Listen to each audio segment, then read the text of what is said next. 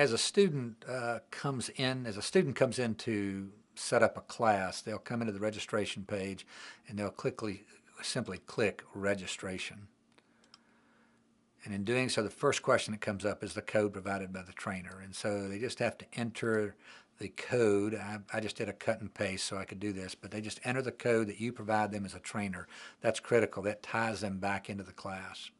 And then they type in their full name. It's really important that they read and understand and agree to these. These aren't just simple, because we're asking them to protect our copyrights, that the resources will be used for their training, whether they're their own training or training other people, that they'll represent Christ-like behavior whenever they're working through issues or resolving issues, that they won't download or print material for any commercial purposes without prior approval. We will allow that, but we want to know when it's being done and why it's being done.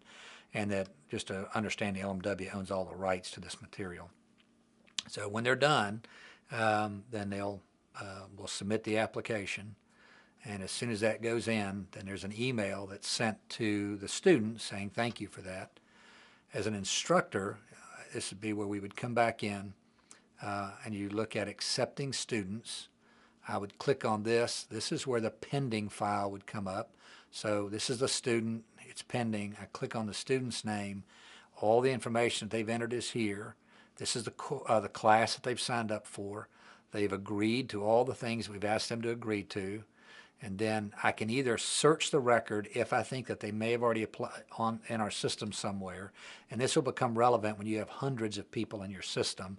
But for today, I know that it's not in there.